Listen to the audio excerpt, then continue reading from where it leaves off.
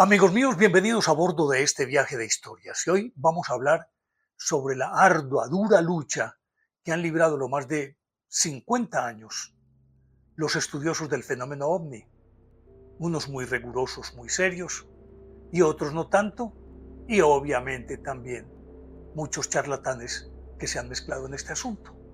Pero esa lucha que han librado ha sido contra ese férreo muro que ha levantado el gobierno, particularmente de los Estados Unidos, un muro de desinformación para que el fenómeno sea desvirtuado, descalificado y naturalmente que quienes tienen argumentos suficientes para demostrar la existencia real del fenómeno ovni han sido no solamente ellos perseguidos, sino desacreditados y ridiculizados. Pero de esto vamos a hablar después de invitarlos para que compartan y comenten estos contenidos con sus amistades alrededor de una buena taza de café. Los invito a que se suscriban en mi canal de YouTube, que es Néstor Armando Alzate, y lógico, ese es mi canal oficial. Denle me gusta, activen la campanita para recibir notificaciones. Pues bien, les decía que ha sido una dura lucha, muchísimo, ardua, febril, y rodeada de cualquier cantidad de problemas y de amenazas y demás. Pero yo creo que cuando alguien tiene una idea clara, una idea que parte de su convicción y de su certeza, esa idea hay que defenderla a como dé lugar. Y es lo que hicieron muchísimos de ellos, que terminaron convirtiéndose en objeto de la ridiculización, de la mofa, aún de ser calificados como loquitos. Pero yo creo que a eso se expone aquel que tiene la entereza de defender aquello en lo que cree. Pues toda esta historia comenzó en 1947, podríamos decirlo que de manera oficial. Desde que Kenneth Arnold avistó aquellos, como los denominó él, platillos volantes, en junio de 1947, alrededor de Mont Rainier, en el estado de Washington, cuando él iba volando hacia Yakima, y que básicamente estaba motivado era específicamente por ganarse una recompensa que estaban dando por un avión militar que había caído con 42 soldados y había desaparecido. Cuando él vio esta fila de 9, como él los denominó después, platillos volantes. Ahí se puede decir que se inauguró la época moderna de la ovnilogía, tanto que ahí se cuñó el nombre tradicional que, por la fuerza del tiempo, las circunstancias y demás, ha ido cambiando paulatinamente. Ya ni siquiera hablamos de ovnis, sino que los militares estadounidenses hablan de WAPs, el gobierno en general habla de FANI, es decir, fenómenos anómalos no identificados.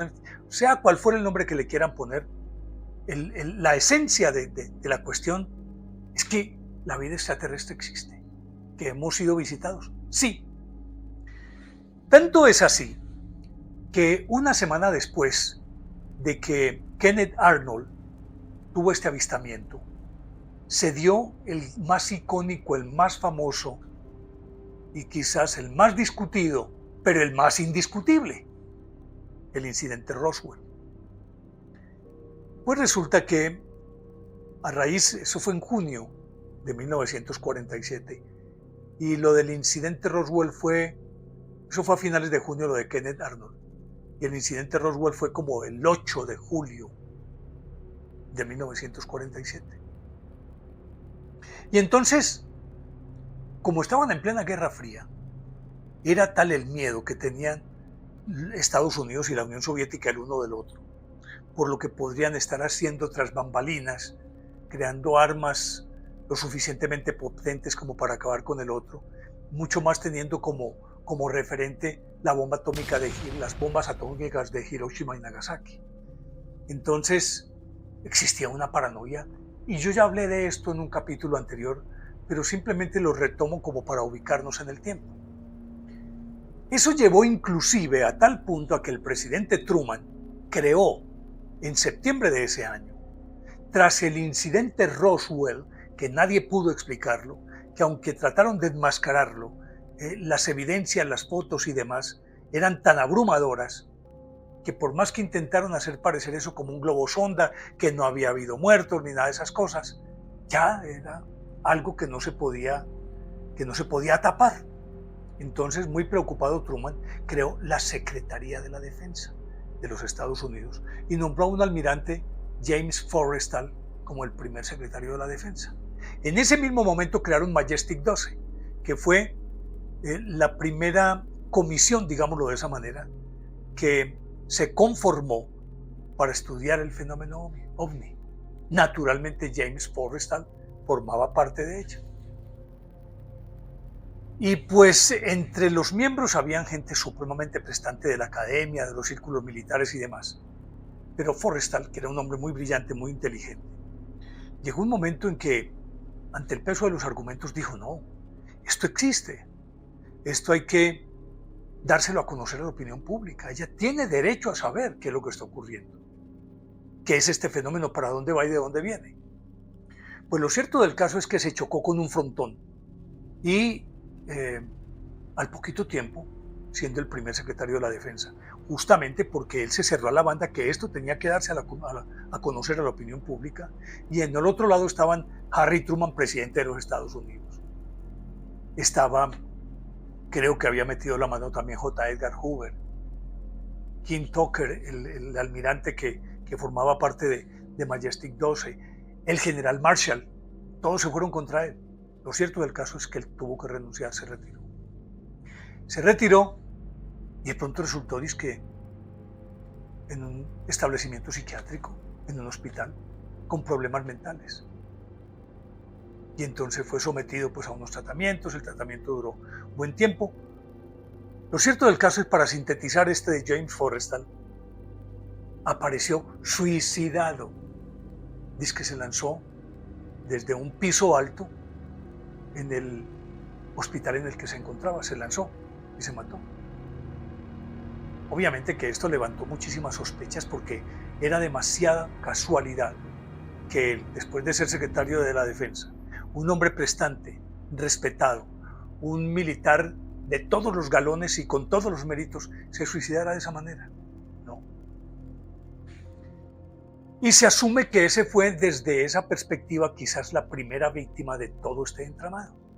Pero de ahí en adelante se crearon un montón de organismos, Sigma, Cygnus, Aquarius, que yo recuerdo, el Blue Book, Majestic 12, claro, que era como la mamá de todo eso. Y en todos ellos se especializaban en una u otra cosa, de lo cual hablaremos en otra oportunidad, porque yo quiero referirme específicamente a algo muy puntual, y es a ese tipo de personajes. Regularmente todos los que hablaban de esto terminaban siendo satanizados, separados, ridiculizados a como diera lugar.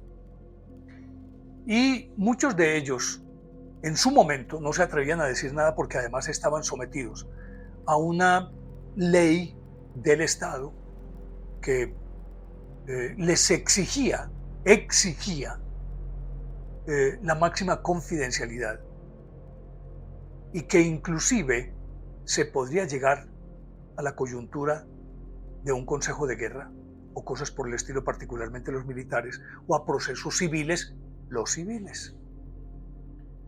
Pues entonces todo el mundo hablaba, pero hablaba en voz muy baja y entre amigos, pero sin sostenérsela a nadie, y muchos decían: no, es que yo no quiero hablar porque es que está en peligro mi carrera. Pero algunos se preguntaban cuál era la motivación específica de los gobiernos, y particularmente de Estados Unidos, para no permitir nada de esto. Pues yo tengo aquí una declaración tomada de un libro delicioso que se llama OVNIS Alto Secreto, escrito por Magdalena del Amo Freixedo, de la familia de Salvador Freixedo. Y resulta que ella se remite a un exdirigente de la CIA, Víctor Marchetti, que una vez retirado, mucho tiempo después, le hicieron una entrevista y le preguntaron que por qué los gobiernos hacían esto. Escuchen esto, que él lo dice textualmente, y yo creo que con eso ejemplificamos todo lo que queremos decir. Dice Víctor Marchetti: con toda certeza, y fue uno de los altos miembros de la CIA, de la cúpula de la CIA durante mucho tiempo. Y después él entonces sale y dice esto: con toda certeza hemos sido visitados por seres extraterrestres y probablemente hemos tenido contactos con ellos, El gobierno de los Estados Unidos, de acuerdo con los gobiernos de otros países, está firmemente decidido a mantener esto secreto, de modo que el gran público no se entere. Estos gobernantes, el propósito de este encubrimiento internacional es mantener en un nivel razonable de gobernabilidad a todos los pueblos y, a su vez, retener el control de las instituciones. Estos gobernantes piensan que si admiten la visita de seres del espacio exterior con una inteligencia y una tecnología muy superiores a las nuestras, se podrían tambalear los fundamentos en los que se sostiene toda la estructura de poder de la sociedad humana, una vez ésta hubiese caído plenamente en la cuenta de la enorme importancia de semejante hecho. Los sistemas legales y políticos, las religiones y las instituciones económicas y sociales podrían convertirse enseguida en algo sin valor y sin sentido. Las oligarquías nacionales y hasta la propia civilización, tal como la conocemos, podría derrumbarse y sumirnos en una anarquía total.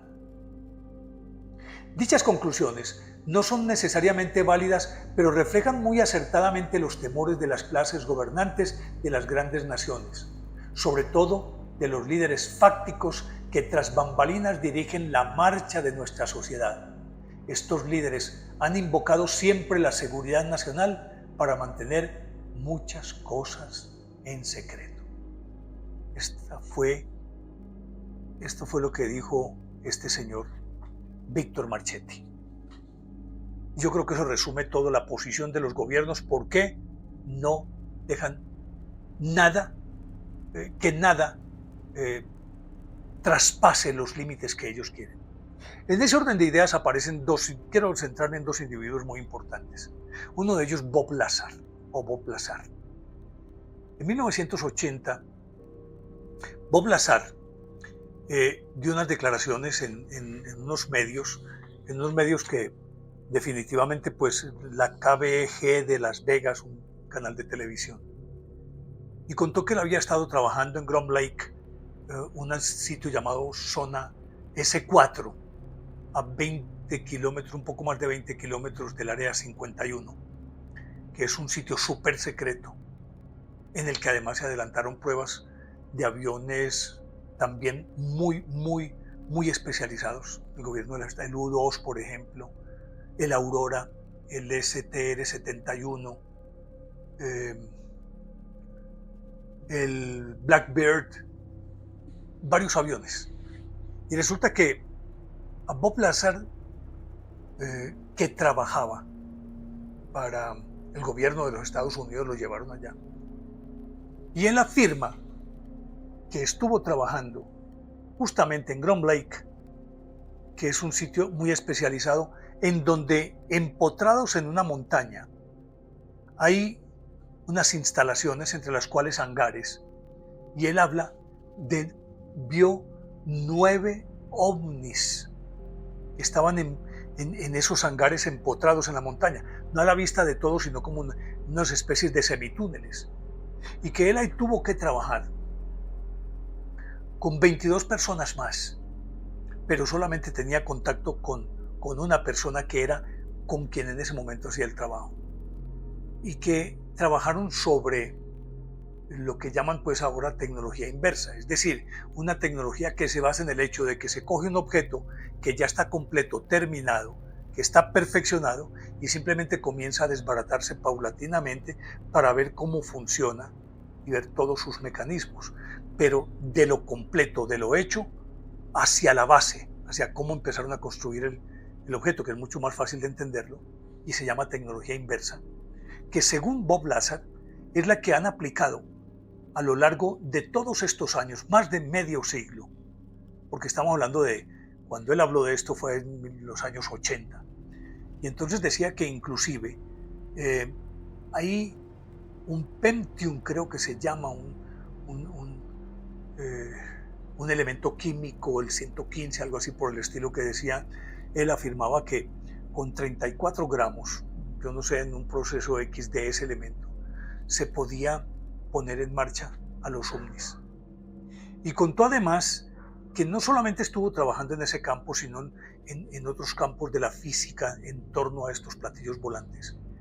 Y ahí estuvo durante muy buen tiempo trabajando, al cabo de los cuales, pues después de salir, él cuenta y describe, por ejemplo, un ovni. Dice que era un aparato más o menos, era como una especie de circunferencia. Adentro, en la parte interior, tenía también una circunferencia interna, que era donde estaban adosados los asientos y los tableros de instrumentos, y que además de eso, pues eran asientos e instalaciones concebidas específicamente para personas de menos de 1,20, que inclusive los asientos estaban a una altura de unos 30-35 centímetros del piso, y que allá había pues una sala de instrumentos con instrumentos muy, muy avanzados, sorprendentes para ellos, que no los habían visto nunca. Y él estuvo trabajando ahí para ver cómo eran los sistemas de combustión, cómo eran, que se inyectaba el combustible para que se pudieran desplazar. Al mismo tiempo, la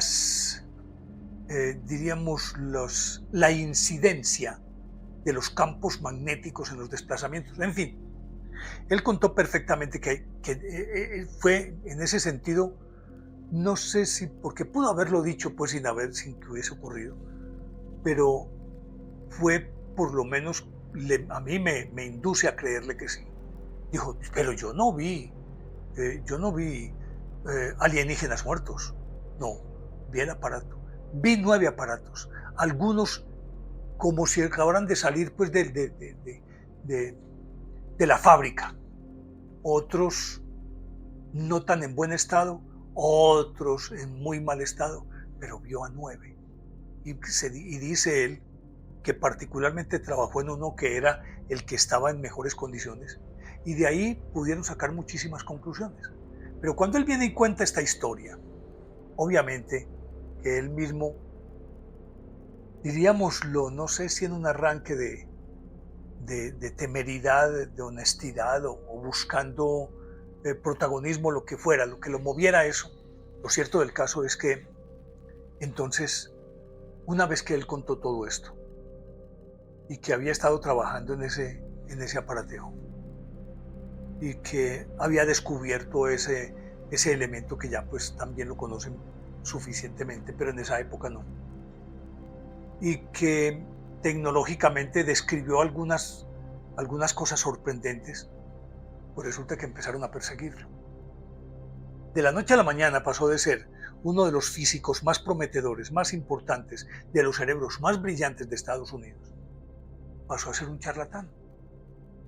A él inclusive, cuenta él, que le hicieron desaparecer hasta su registro civil, como dicen, pues, es decir, su identificación, que inclusive él fue a buscar una partida de bautismo al hospital donde había nacido, algo así por el estilo.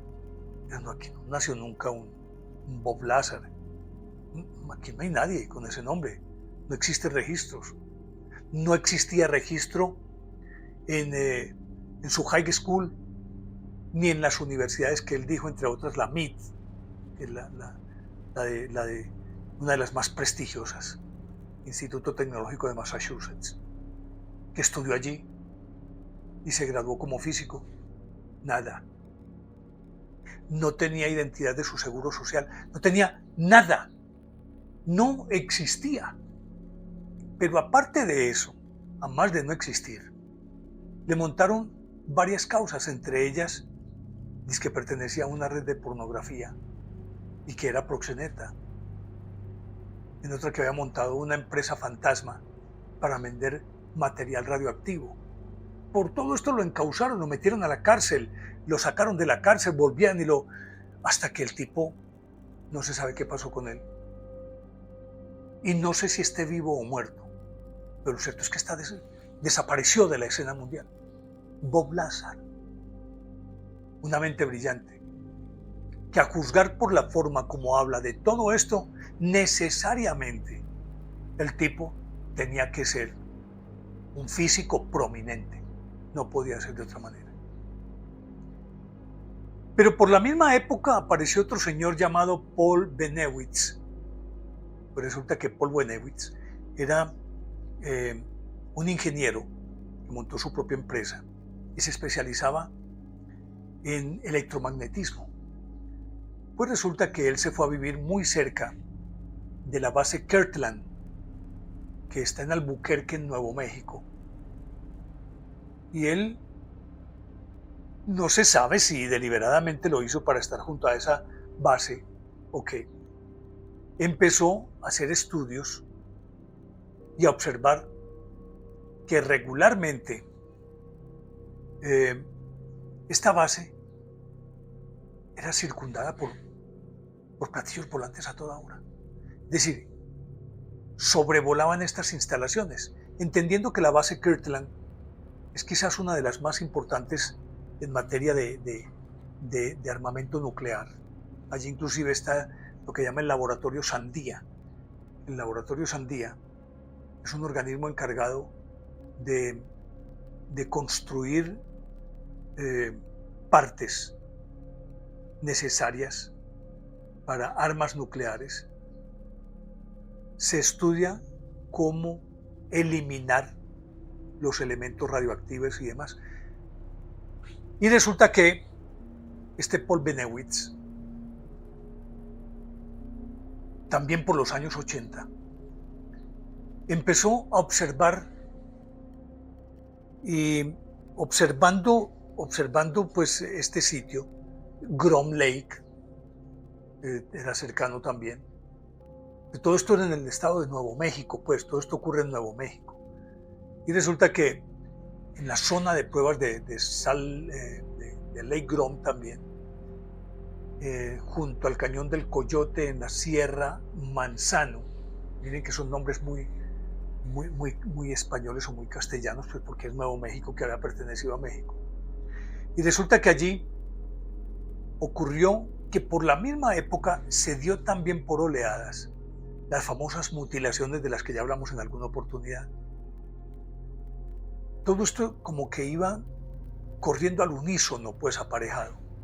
¿Cómo les parece que Paul Benewitz entonces empezó a hacer seguimiento a todo esto y de pronto encontró que todos estos ovnis particularmente se concentraban en aquella zona más, diríamoslo, más sensible, la más importante, en la zona de almacenamiento de los armamentos y de las partes nucleares, que estaban por allá en una base muy recatada, muy lejos, pero que sobrevolaban estas instalaciones, las sobrevolaban y sobrevolaban, y que inclusive en muchos casos las comunicaciones se cortaban. Ahí es donde aparece Benewitz, que empezó a hacer estudios de cómo se daban estos disturbios magnéticos en toda la zona. Y regularmente los disturbios magnéticos estaban asociados justamente a la presencia de estos ovnis. Pues llegó un momento en que era tal la cantidad de documentación que tenía Paul Benewitz que pudo presentar, imagínense ustedes, 790 metros de película de 8 milímetros, llena de avistamientos de ovnis, fotos, grabaciones, registros de los disturbios magnéticos, de los disturbios electrónicos en toda la zona, que prácticamente todos se quedaban era sorprendidos. Inclusive a él, en un momento dado, fueron generales y demás a reunirse con él, y él les mostró todas esas grabaciones electrónicas y de los altos disturbios magnéticos que se presentaban. Y entre estos que posteriormente, aún a sabiendas de que podían poner en peligro su prestigio y su continuidad en el ejército, el teniente coronel Ernest Edwards que desde 1948 antes, ya él tenía un registro de cómo en toda esa zona se daban todos estos disturbios magnéticos. Y entonces todo eso lo fueron acumulando e inclusive llegó un momento en que se reunieron para hacer una proyección de todo el material que se tenía. Y llegó un general y les dijo, no, por favor, y cortan todo eso. Lo cierto del caso es que Paul Bennewitz se dice que tenía una copia de todo eso, que alcanzó a hacer una copia de todo eso, pero que a la hora de la verdad esos 790 metros de película de 8 milímetros se las llevaron y se llevaron las grabaciones, se llevaron todo. Y prácticamente todo lo que él había dicho empezó a tratar de ser desvirtuado. Y aunque aparecieron como el coronel Edwards y otros tantos muy importantes en su defensa, no fue suficiente. Pues Paul Bennewitz, como Bob Lazar, entre otras cosas se me olvidó decir que de Bob Lazar empezaron a dispararle a su casa, a sabotearlo cuando salía en su carro y le disparaban también. Lo cierto del caso es que a Paul Bennewitz le hicieron algo parecido. No lo dejaban tener paz en ninguna parte. Lo desacreditaron y prácticamente Paul Bennewitz tuvo que arrinconarse y luego, como para variar, fue recluido también en un hospital psiquiátrico, es que porque estaba loco. Y ahí murió. Murió Paul Bennewitz. Al parecer también suicidado.